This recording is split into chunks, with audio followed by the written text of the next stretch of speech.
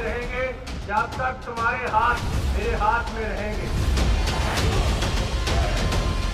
बात ना पूछे कोई, तरले मार दी बुल्ली मर गई, दाल खवा दो पुलिसों को ताड़ी। पाकिस्तान की बात कर रहा हूँ, उन्होंने रिक्वेस्ट की है कि अगर सिद्धू को आप अपनी गवर्नमेंट में ले सकते हो तो ले लो। 5 साल बाद सुता उठे, मैं कहना उन्होंने अमृतसर ले जाओ, तारा तूरा लवाओ और थोड़ा करे। क्लीन मेजॉरिटी, 2/3 मेजॉरिटी SC सीटें से आगे। बाहर से आके काले अंग्रेज राज करना चाहते। साहब देख लें, मैं काला हूँ तो क्या हुआ, दिल वाला हूँ। साथ से टूट जाए वो पत्ते नहीं है, हम आंधियों से कह दो औकात में रखें। हम चन्नी जी की तरफ बौखलाएंगे नहीं, बुरी तरह से बौखलाए हुए चन्नी जी। मैं केजरीवाल वांग जुमले नहीं मारना आया। तो मुख्यमंत्री लोगों ने कमां नूं रोकदे रहे ते दोने गैब ने दोने सियासी तौर पे मर गए। हुए सिद्धू खड़ा, सिद्धू खड़ा।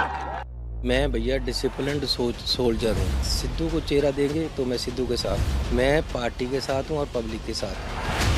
शेर को पिंजड़े में बांध नहीं सकता कोई, और शेर जो कार्य करता है पूरी ताकत लगा के करता है, अधूरा नहीं।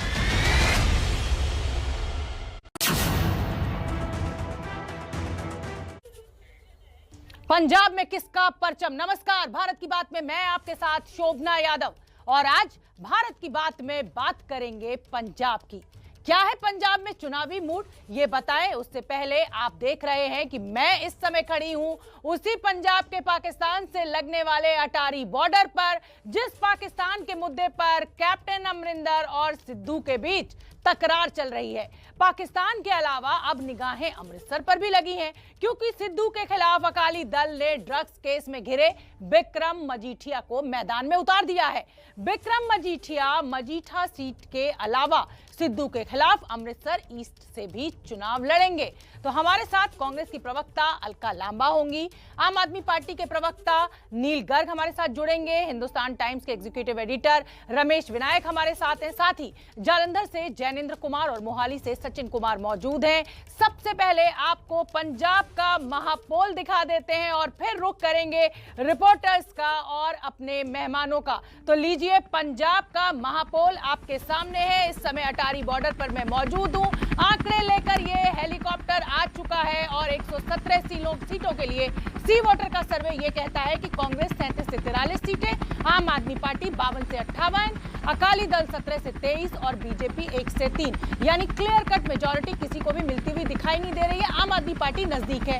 जी डिजाइन बॉक्स के आंकड़ों की बात करें तो कांग्रेस 35 से 38, आम आदमी पार्टी 36 से 39, अकाली दल 32 से 35, 4 से 7, यानी सीटें बिल्कुल बराबरी के साथ बट गई हैं इस सर्वे में। रिपब्लिक पीमार्क के सर्वे की अगर बात करें तो 117 सीटों में से कांग्रेस को 42 से 48, आम आदमी पार्टी एक बार फिर बहुमत के नजदीक 50 से 56, अकाली दल 13 से 17, बीजेपी 1 से 3, लेकिन clear cut majority, clear cut बहुमत किसी को मिलता हुआ नहीं दिखाई दे रहा है। पोल स्टेट न्यूज एक्स के सर्वे की बात करें तो 40 से 45 सीटें कांग्रेस के खाते में जाती हुई दिख रही है, आम आदमी पार्टी 47 से 52, अकाली दल 22 से 26 और बीजेपी 1 से 2, यानी जो जादुई आंकड़ा है वो कोई भी पार्टी छू नहीं रही है।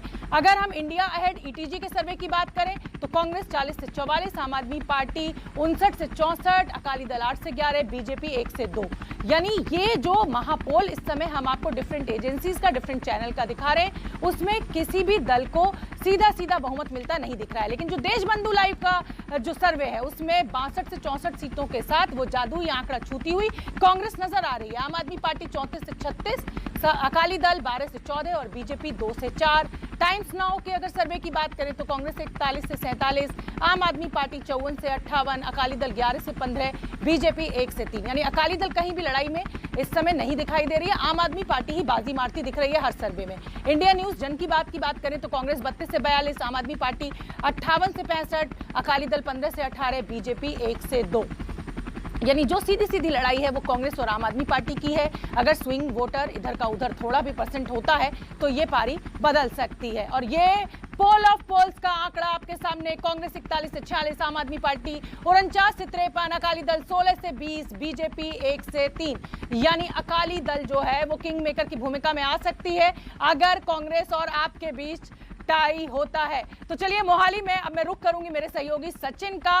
सचिन, महापोल का जो आंकड़ा है उसमें किसी भी पार्टी को बहुमत मिलता हुआ नहीं दिखाई दे रहा है, जमीन पर लोग क्या कह रहे हैं?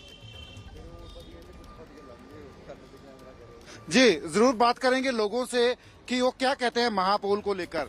एक तो आप बताएंगे कि सर्वेस जो हुए हैं, महापोल जो हुए हैं, उसमें कोई भी पार्टी जो है वो बहुमत का आंकड़ा टच नहीं कर रही है। पंजाब में आम आदमी पार्टी और कांग्रेस के बीच में मुकाबला लग रहा है, थोड़ा सा अपर हैंड आम आदमी पार्टी का लग रहा है, पर जो जादुई आंकड़ा है वो कोई टच नहीं कर रहा है पंजाब में इस बार। ऐसी बात नहीं है। जो आम आदमी पार्टी का सर्वे है उसमें ज्यादा जो वोट मिले हैं उसको भगवंत मान जी को मिले हैं कि हम ये सीएम के लिए हमें भगवंत मान चाहिए।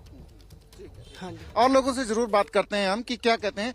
महापोल जो है वो कह रहा है कि कोई पार्टी जो है बहुमत का आंकड़ा जो है पंजाब में टच नहीं कर रही है इस बार। जो अभी तक के जो सर्वेज हैं, सारे सर्वेज जो आ रहे हैं, देखिए सर, जितने भी आज शुरू से लेके अब तक कांग्रेस पार्टी ने ही सारा काम किया है, ठीक है ना।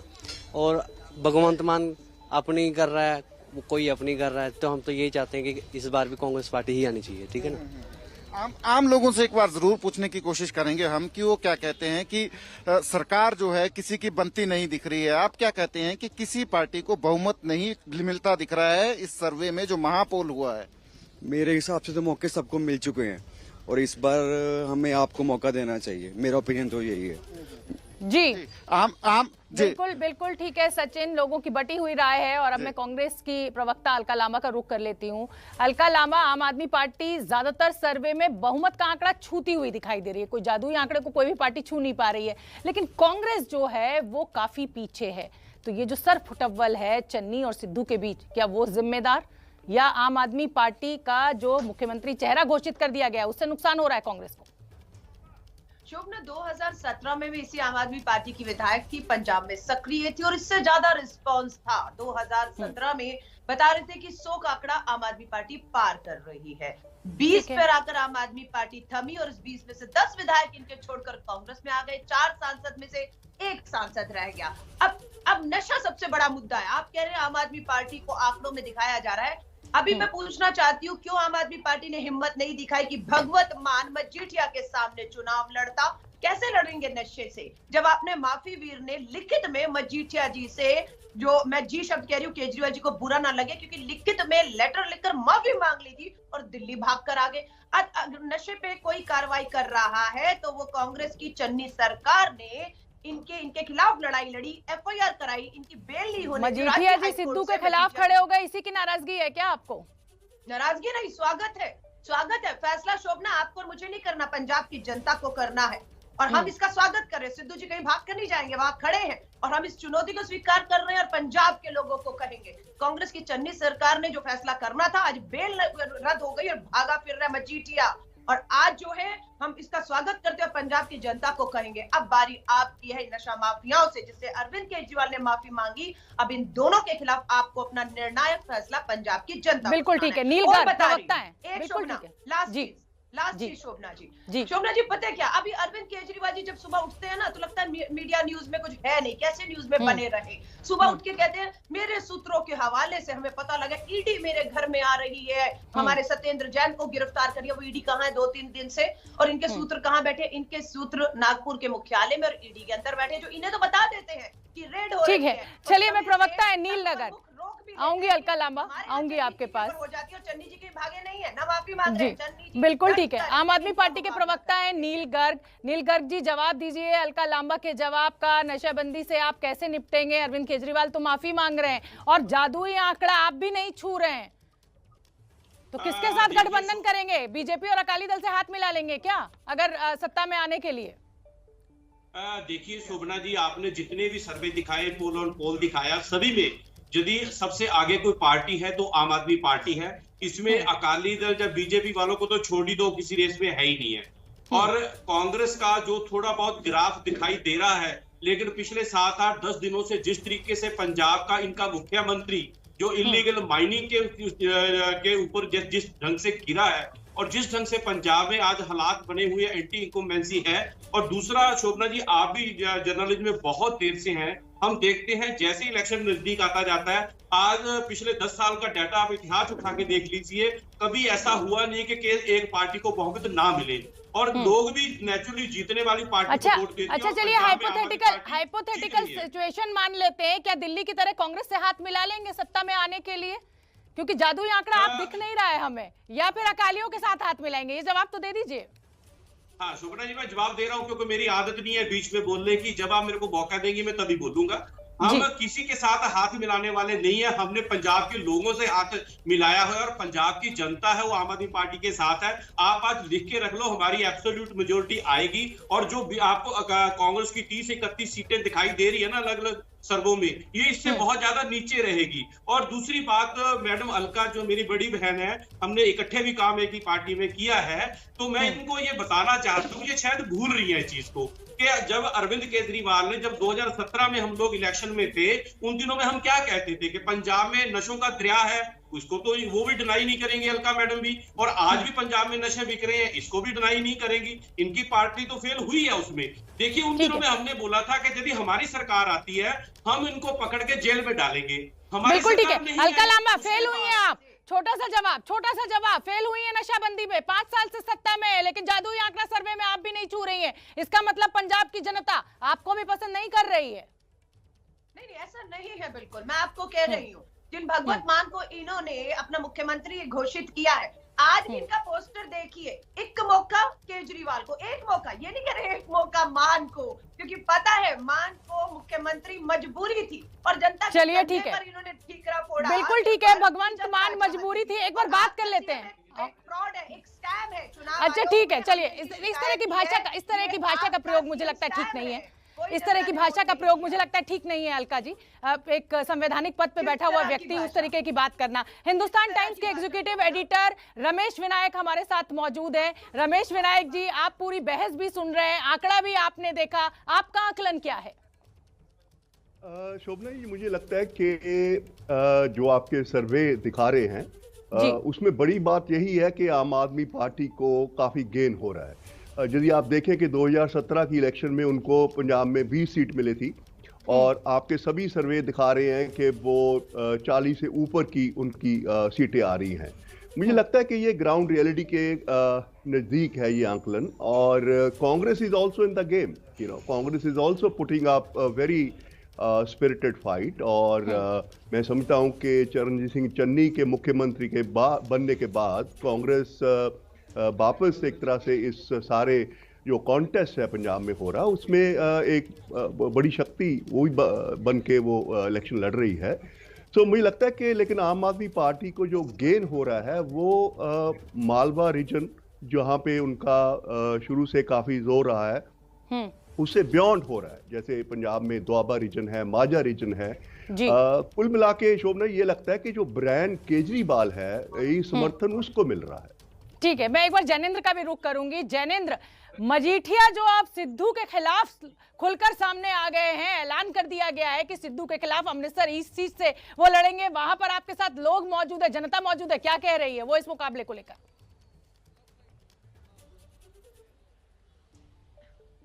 शोभना, मैं जालंधर में हूँ, मैं जी मुझे पता है आप जालंधर में हैं। या फिर जो ये नई बात आई है कि मजीठिया, मुझे लग रहा है जो नया डेवलपमेंट हुआ है हमें उस पर बात करनी चाहिए, पंजाब की जनता का मूड समझ में आएगा। ठीक है, हम जालंधर में, आप भी जालंधर से हैं, हम जालंधर में हम लाइव कर रहे हैं, लेकिन एक बड़ी खबर है अमृतसर में।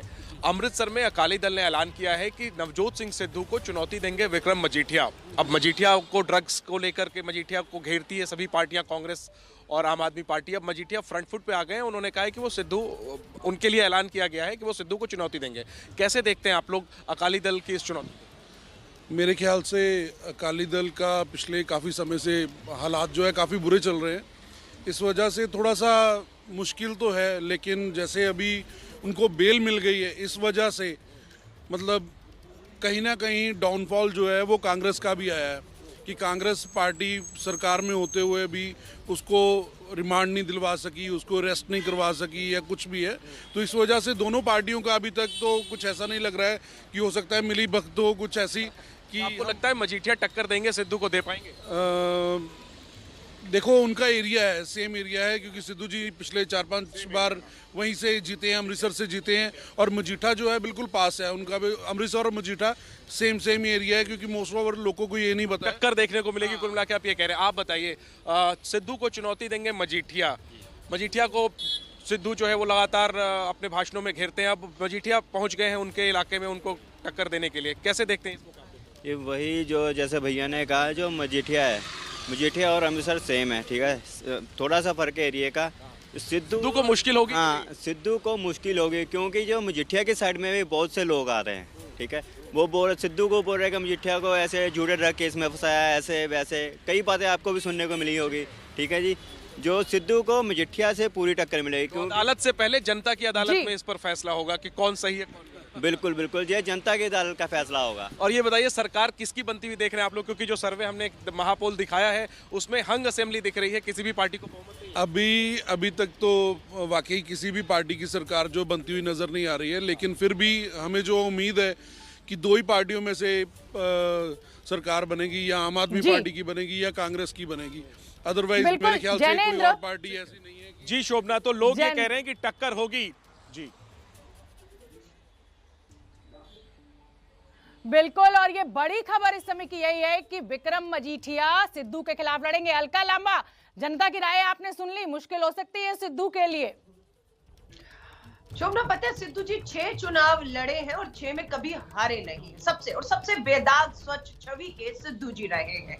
और पंजाब के लिए जो सिद्धू जी ने किया, या अब पंजाब मॉडल को लेकर जिस तरह से वो पंजाब में आगे बढ़ रहे हैं, वही अगर वर्सेस मजीठिया नशा में पूरी तरह संलिप्त थे, उसके रिपोर्ट जो है कोर्ट में पड़ी हुई है, जिसके आधार पर हाई कोर्ट ने उनकी बेल रद्द कर दी है और भगोड़े हैं, भागे फिर रहे हैं, कभी भी गिरफ्तारी होगी जेल जाएंगे। अब पंजाब के लोग तय करेंगे। अगर मजीठिया निर्दोष था, भागा क्यों फिरता रहा? और पंजाब जो उड़ता पंजाब था, आज सीएम चन्नी जी ने सही कहा, उड़ गए तोते। आज कहीं मजीठिया ढूंढे नहीं मिल रहा है, क्यों भाग रहा है? जेल से चुनाव लड़ेगा तब भी चुनौती देते हैं।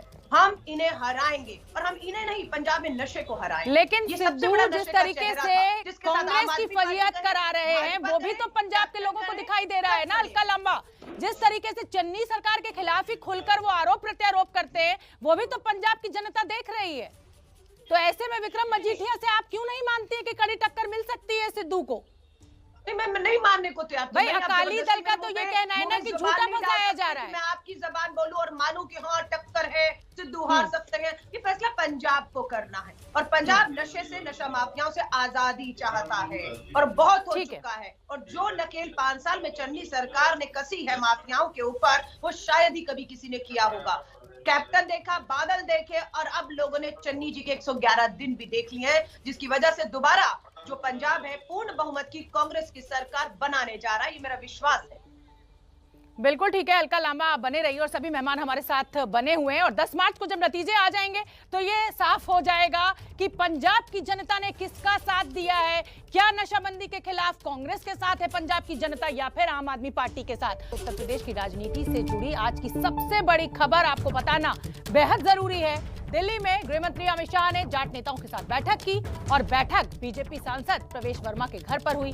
बड़ी बात यह है कि गृह मंत्री अमित शाह ने बैठक में कहा है कि जयंत चौधरी के लिए पहले भी हमने दरवाजे खोल रखे थे, और आगे भी वो चाहेंगे तो बातचीत के दरवाजे खुले रहेंगे। ये कहकर प्रवेश वर्मा ने किस ओर इशारा किया है, सुन लेते हैं एक बार। हमारे साथ बात करेंगे प्रवेश वर्मा जी। प्रवेश जी, आज अमित शाह जी की बड़ी बैठक हुई आप लोगों के साथ, क्या कुछ रहा और क्या कुछ उन्होंने संदेश दिया? देखिए, पश्चिमी उत्तर प्रदेश के जाट समाज के प्रमुख लोग आज यहाँ पर उपस्थित हुए, और सबने दिल खोलकर अपनी बात माननीय गृह मंत्री जी के सामने रखी। अपने दुख, दर्द, शिकायतें सभी उन्होंने आज बाहर निकाली, और गृह मंत्री जी ने बहुत ध्यान से सबको सुना। और उन्होंने साथ साथ ये भी बताया कि 7 साल में हमारी सरकार ने पश्चिमी उत्तर प्रदेश के लिए और जाट समाज के लिए क्या क्या काम किए। एक पंचायत के रूप में यहाँ पर माहौल था, और सभी ने उसके बाद में हाथ खड़ा करके समर्थन किया कि हम पहले के चुनाव की तरह इस बार और भारी समर्थन से भाजपा का समर्थन करेंगे। जयंत चौधरी को लेकर कहीं ना कहीं आपको लगता है कि समाज के लोग हैं, लेकिन फिर भी वो दूसरी धारा में चले गए?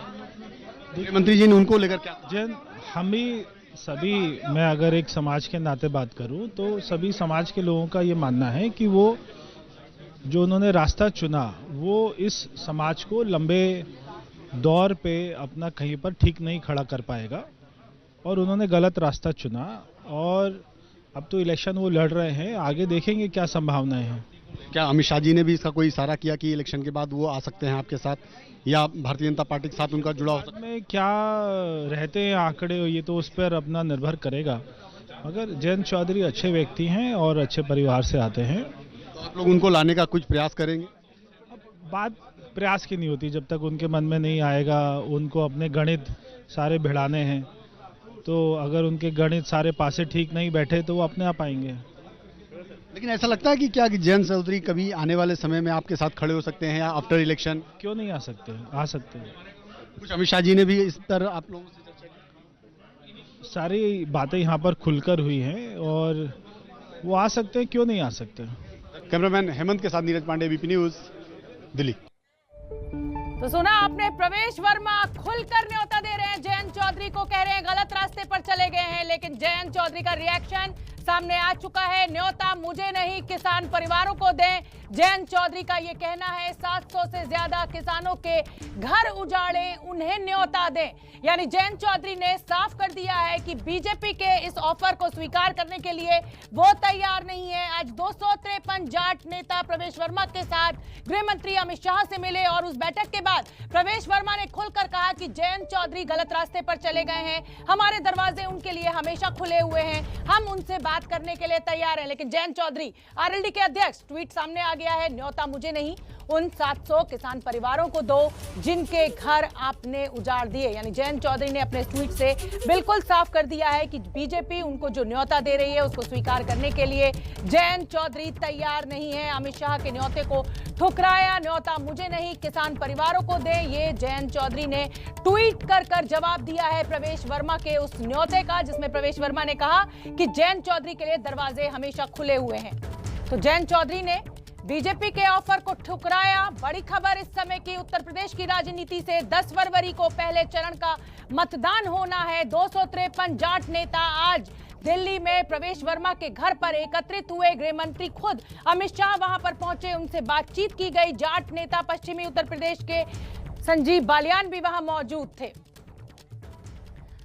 तो अब सवाल यही है कि ये जो 253 जाट नेताओं से बात की गई, क्या वो अब आएंगे बीजेपी के साथ? लेकिन चलिए, हम क्योंकि उत्तराखंड के पोल की बात कर रहे हैं तो उत्तराखंड का पोल ऑफ पोल्स भी आपको दिखाएंगे। उससे पहले महापोल सी वोटर का आप देखिए, बीजेपी 31 से 37 सीटें, कांग्रेस 30 से 36, आम आदमी पार्टी 2 से 4, 0 से 1, यानी कड़ी टक्कर बीजेपी और कांग्रेस के बीच देखने को मिल रही है। बीजेपी को बहुमत मिलता हुआ दिखाई दे रहा है। रिपब्लिक के सर्वे में 36 से 42 सीटों के साथ कांग्रेस 25 से 31, 0 से 2, आम आदमी पार्टी, यानी टक्कर तो है, कोई बहुत प्रगाढ़ बहुमत नहीं मिल रहा है बीजेपी को, लेकिन फिर भी बहुमत की तरफ जो आंकड़ा है, जादुई आंकड़ा, वो छूती हुई नजर आ रही है। उत्तराखंड का महापोल जो जी के हिसाब से अगर हम आपको दिखाएं तो बीजेपी को 31 से 35 सीटें, कांग्रेस 33 से 37, यानी कांटे की टक्कर जी डिजाइन बॉक्स के सर्वे में दिखाई दे रही है।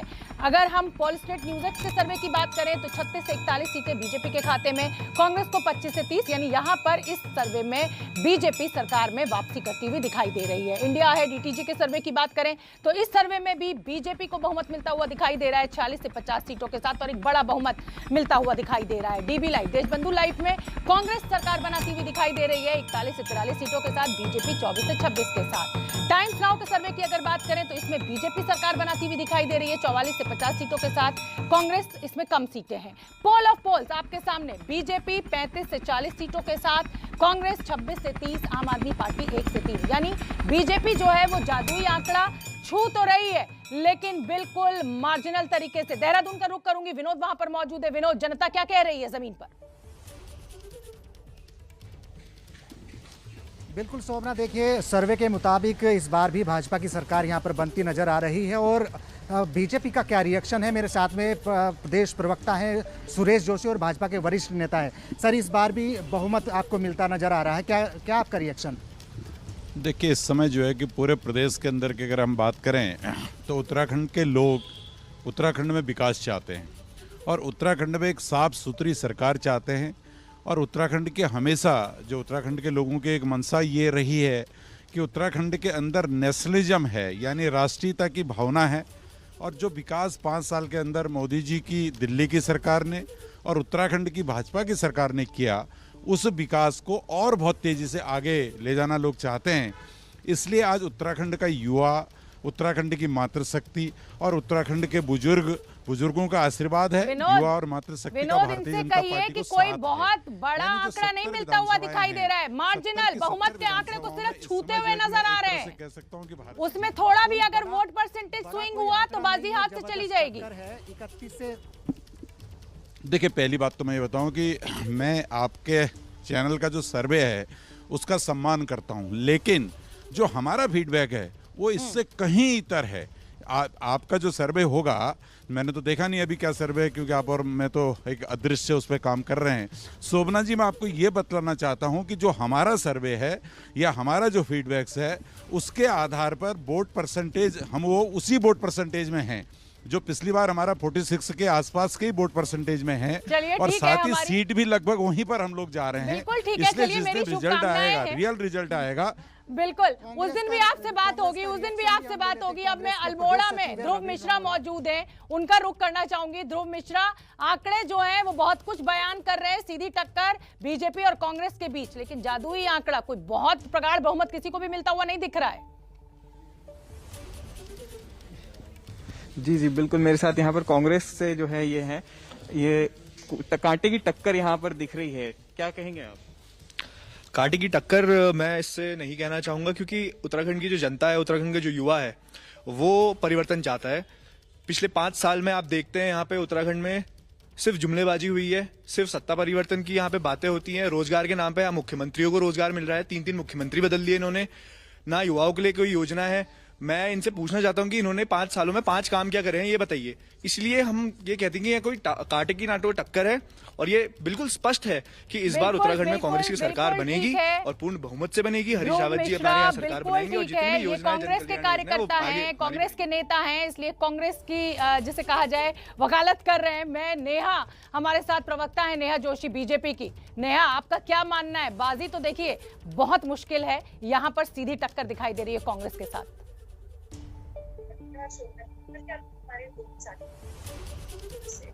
और अगर मैं आउटलायर्स को निकालूं तो आपका पोल ऑफ पोल कह रहा है कि भारतीय जनता पार्टी आज सरकार बना रही है, और जैसा कि जोशी जी अभी कह रहे थे कि एक हमारे जो ओपिनियन पोल्स होते हैं वो होते हैं और एक पार्टी के इंटरनल सर्वेज भी होते हैं। आप देखेंगे कि अभी जो टिकट डिस्ट्रीब्यूशन हुआ है उसके बाद कांग्रेस पार्टी में जिस तरीके से घमासान मचा हुआ है, अभी 6 सीटों पर उन्होंने नॉमिनेशन रोक दी क्योंकि वो तय ही नहीं कर पा रहे हैं। इतना वहां विद्रोह हो गया है, कांग्रेस के दफ्तर में तोड़फोड़ हो रही है, वहां पे लड़ाइयां हो रही हैं। तो आप देखिए कि कांग्रेस पार्टी की जो हमारी प्रमुख अपोजिशन पार्टी है ना, उसके पास कोई मुद्दे हैं भाजपा को अटैक करने के लिए, क्योंकि पिछले 5 साल में जिस तरीके के काम ऑल वेदर रोड से अगर मैं बात शुरू करूं, जनता के पास मुद्दे हैं, प्रदेश को मिला, कांग्रेस के पास मुद्दे हो या ना हो, जनता के पास मुद्दे हैं। पलायन एक बहुत बड़ी समस्या है, शिक्षा, रोजगार, पानी की व्यवस्था, आपके गांव तक सड़क नहीं पहुंच पाई है। समस्याएं हैं जनता के पास, मुद्दे हैं। जी शोभना जी, मैं उत्तराखंड से ही आती हूँ, अब यहाँ देहरादून से ही मैं आपके साथ जुड़ी हूँ, और मैं आपको ये बात बताऊं कि ये जो मुद्दे जिनकी आप बात कर रही हैं, पलायन उत्तराखंड की समस्या नहीं, पलायन एक सिम्टम है। जो समस्या है वो रोजगार की है, और उसके ऊपर अगर काम करने की ईमानदार कोशिश पिछले 5 साल में किसने की है, तो भारतीय जनता पार्टी की सरकार ने की है, और इस बात को उत्तराखंड का यूथ समझ रहा है, जिसका बहुत सपोर्ट हमें मिल रहा है। चलिए ठीक है, अजय उपाध्याय कांग्रेस के प्रवक्ता भी जुड़े हुए हैं, उनसे जवाब ले लेते हैं। अजय उपाध्याय, नेहा जोशी कह रही है कि कांग्रेस के पास कोई मुद्दा नहीं है, आपके तो आपस में ही सरकुटंबल चल रही है, और इसी का फायदा बीजेपी को सीधा सीधा होगा। शोभना जी, उत्तराखंड में कांग्रेस का मुद्दा नहीं है और न भाजपा का मुद्दा है, उत्तराखंड के विकास का मुद्दा है। उत्तराखंड में जिस तरह से पलायन, बेरोजगारी और बाकी समस्याएं हैं, उन समस्याओं से उत्तराखंड के स्वाभिमान की कैसे रक्षा हो, और किस तरह से भाजपा ने पिछले 5 वर्ष में डबल इंजन की सरकार है, धुआं छोड़ू सरकार है, और ये सरकार कभी कुछ नहीं करने की स्थिति में है। पूरे प्रदेश और पूरे देश में इसने जो है कहीं ना कहीं एक नई सिरे से जो बदलाव की राजनीति थी, उस बदलाव की राजनीति को तोड़ने का प्रयास किया। आज पूरा प्रदेश त्रस्त है और भाजपा के लोग सिर्फ अपने मुख्यमंत्री बदलने में मस्त हैं।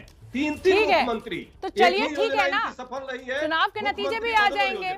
चुनाव के नतीजे भी आ जाएंगे, 14 फरवरी को मतदान भी हो जाएगा, नतीजे भी सामने, फिर 10 मार्च को आपसे एक बार फिर बात होगी। आप सभी मेहमानों का बहुत बहुत धन्यवाद।